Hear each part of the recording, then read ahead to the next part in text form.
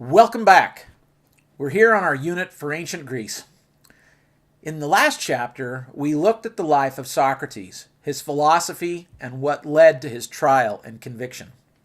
When we left off, it was the year 399 BC, and Socrates had just been sentenced to death.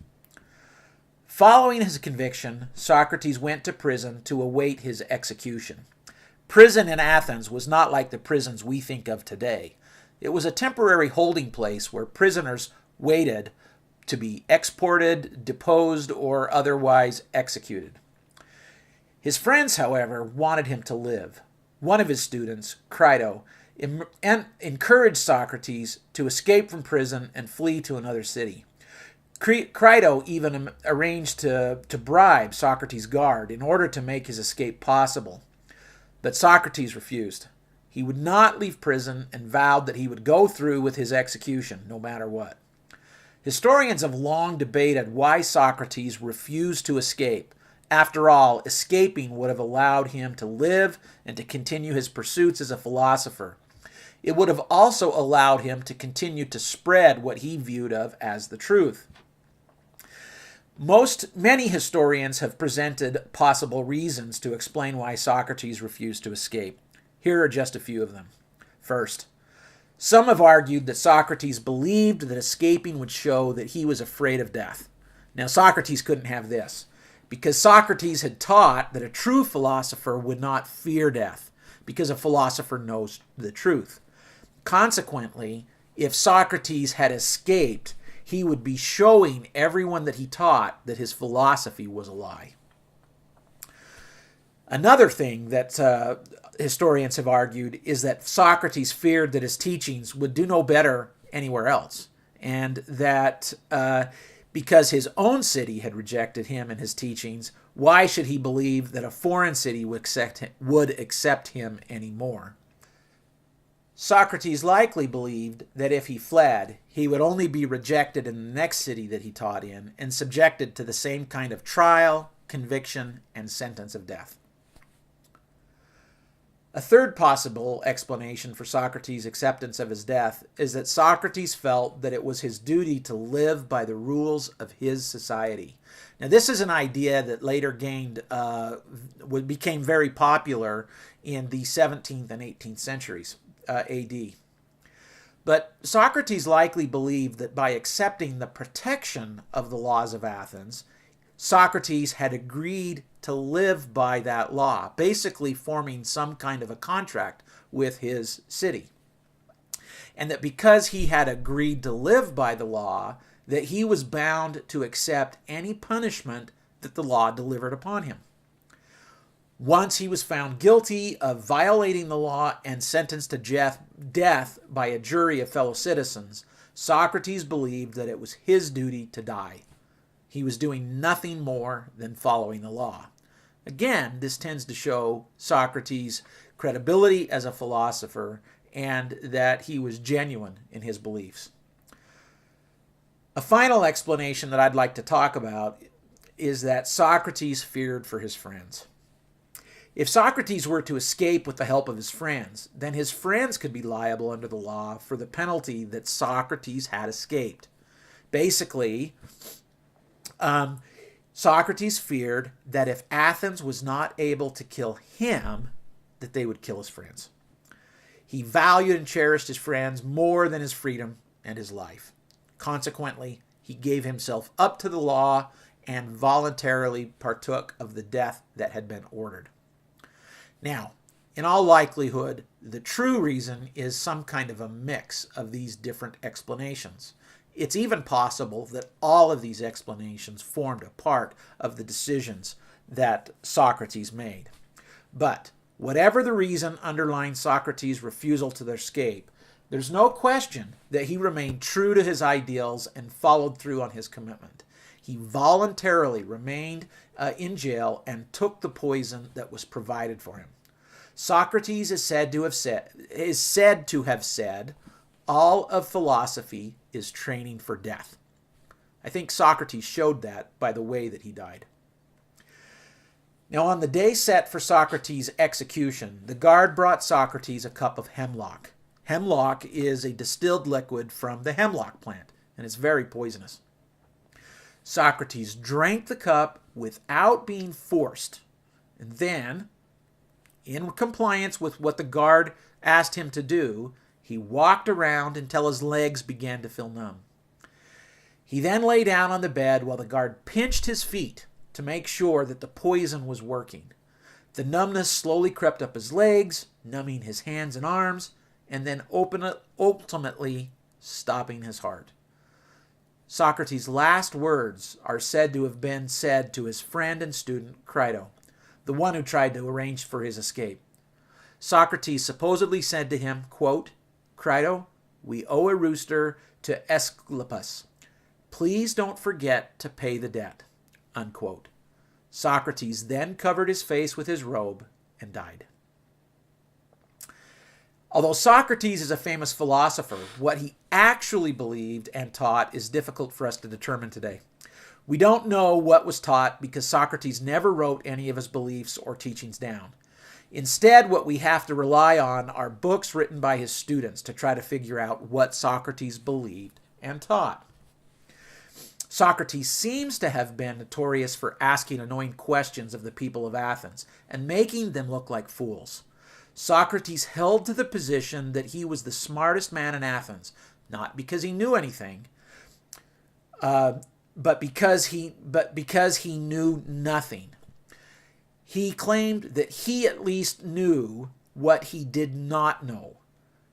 The rest of Athens, however, believed that they knew a lot. However, none of them could ever answer Socrates' most basic and fundamental questions in areas where they claimed to be experts. Consequently, Socrates thought that they were all either liars or stupid because they did not know what they did not know.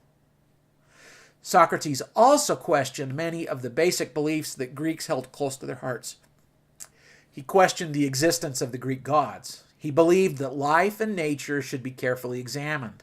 He also believed that knowledge was something that was granted by God and not learned through study, effort, or any kind of skill or ability that a student had. This belief implied that the gods had singled Socrates out as a special messenger to the city of Athens, and that his torment of the citizens was something of a divine duty. And I'm sure the Athenians didn't appreciate this. This attitude may have caused his fellow Athenians to feel irritation towards him and to find him at odds with their own moral code, something that is difficult for them to swallow. This belief may also explain why Socrates spent so little time trying to educate his own sons. After all, if his sons had been divinely granted the same inspiration that he had, there was no need for them to be taught.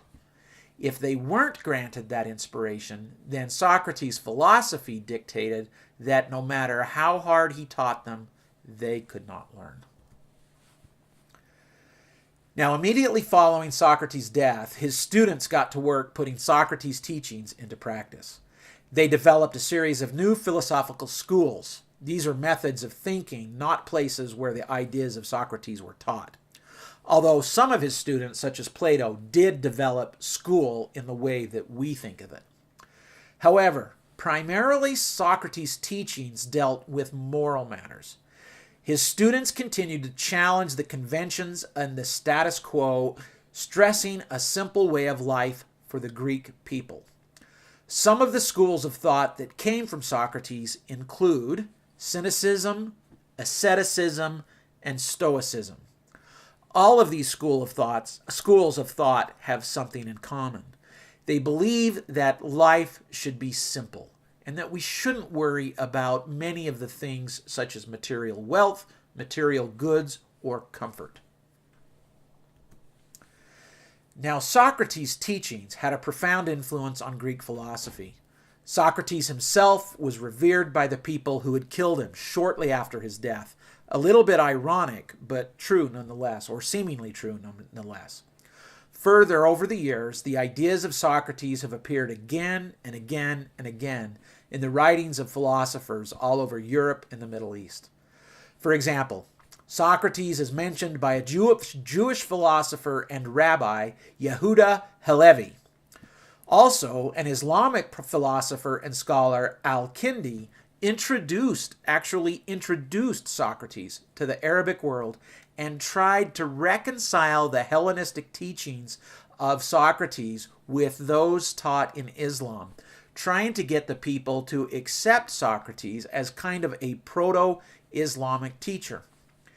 By the 14th century AD, Socrates' influence had grown significantly in Western Europe, in large part due to translation of Plato's dialogues into Latin. A famous 14th century philosopher named Voltaire even went so far as to write a satirical play about the trial of Socrates, demonstrating that the story of his trial and death were commonly known by educated people. If they didn't know the events of the death, they wouldn't have understood the play. Paintings of Socrates appeared throughout the High Middle Ages, the Renaissance, and into the modern period. Socrates' teachings also spawned a teaching method called the Socratic method. Using this method, teachers would teach primarily by asking their students questions that were difficult for the students to answer, drawing truth from them and pointing out the flaws in their logic. This method is commonly used in law schools around the United States. It's educational, but it's not necessarily very fun. I was subjected to this method while I was in school. Now, although Socrates gained great fame and a status as a martyr to philosophy, he was not without his critics.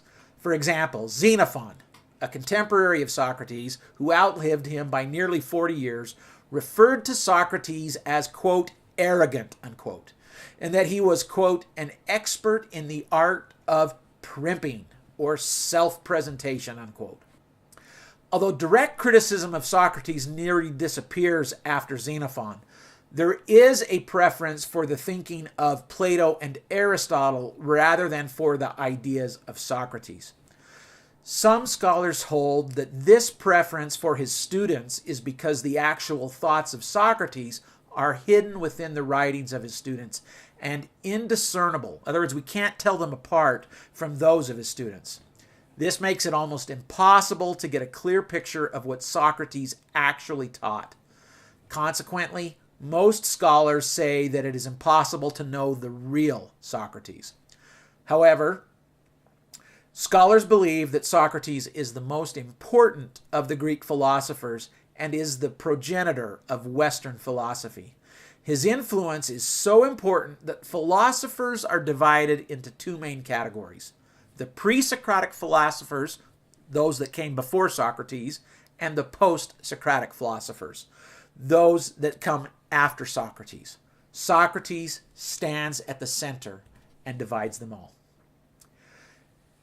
In this chapter, we have looked at the death of Socrates and some of the explanations for why Socrates did not try to escape. We have also looked at Socrates' ideas and the influence that they have on Western philosophy. Finally, we have placed all philosophers within group that come either before Socrates or after Socrates. In the next chapter, we're going to look at some of the ways that Socrates' influence continues. Particularly, we're going to look at one of Socrates' greatest students, Plato.